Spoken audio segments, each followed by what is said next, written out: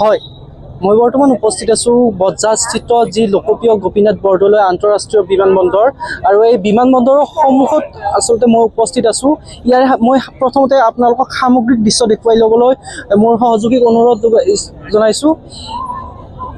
আচলতে আজি বজ্ৰাৰ বিমানবন্দৰৰ সন্মুখত অসংখ্য লোকে লোকাৰণ্য হৈ পৰিছে। একমাত্ৰ আমাৰ সকলোৰে হিয়াৰ আমঠু অসমৰ সম্পদ জুবিন গাৰ্গ আৰু জুবিন গাৰ্গৰ যি নশ্বৰ দেহ ছিংগাপুৰৰ পৰা পোনে পোনে দিল্লীলৈ অনা হ'ব আৰু দিল্লীৰ পৰা বিশেষ বিমানেৰে গুৱাহাটী আন্তঃৰাষ্ট্ৰীয় বিমানবন্দৰত অৱতৰণ কৰা হ'ব আৰু তাৰ পিছতে সৰু সজাইত যি আনুষ্ঠানিক শ্ৰদ্ধাঞ্জলিৰ বাবে জুবিন গাৰ্গৰ শ্ৰদ্ধাঞ্জলি অনুষ্ঠান আয়োজন কৰিছে তাত লৈ যোৱা হ'ব।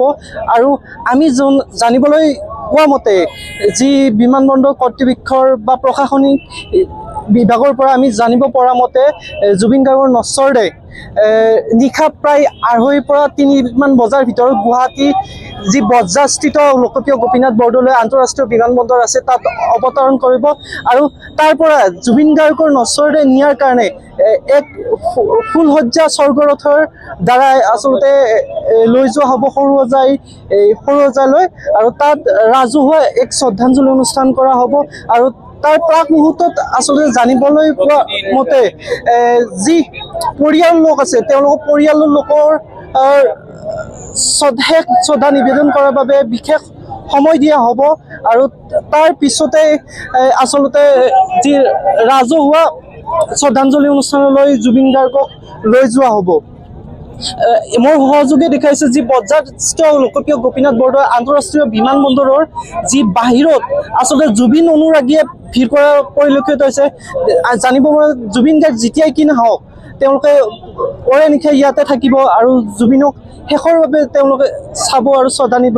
ইতিমধ্যে আমি ইয়াৰ প্ৰতিটো মুহূৰ্তৰ খবৰ আপোনালোক দি যাবলৈ চেষ্টা কৰিছোঁ যে জুবিনৰ যি মায়াবিনী গানেৰে আচলতে অসমৰ আকাশ বতাহ কঁপাই তোলা হৈছে আৰু লোকে লোকাৰণ্য হৈ পৰিছে যি বজ্ৰাস্থিত লোকপ্ৰিয় গোপীনাথ বৰদলৈ বিমানবন্দৰ।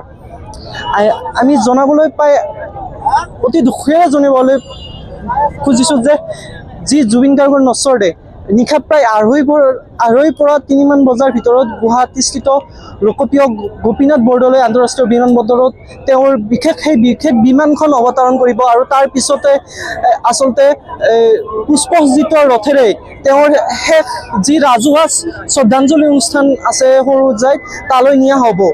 আৰু ইতিমধ্যে বিভিন্ন প্ৰান্তৰ পৰা অসমৰ বিভিন্ন প্ৰান্তৰ পৰা বজ্ৰাৰ বিমানবন্দৰত ভিৰ কৰাৰ পৰিলক্ষিত হৈছে তেওঁৰ অনুৰাগীসকলৰ সৈতে। এয়া বজ্ৰাৰ বিমানবন্দৰৰ সন্মুখৰ যি মূল প্ৰৱেশদ্বাৰ আছে প্ৰৱেশদ্বাৰৰ সন্মুখতে আচলতে লোকে লোকাৰণ্য হৈ গৈছে কেৱল জুবিনৰ নাম লৈ। সকলোৱে ৰৈ আছে জুবিন কেতিয়া আহিব আৰু এই বতৰা আচলতে কোনো এতিয়ালৈ মানি ল'ব পৰা নাই। আচলতে জুবিন আমাৰ পৰা হেৰাই যাব নোৱাৰে আৰু ইয়াৰ পৰৱৰ্তী প্ৰতিবেদনত আপোনালোকক জনাই যাম প্ৰতিটো মুহূৰ্তৰ খবৰ।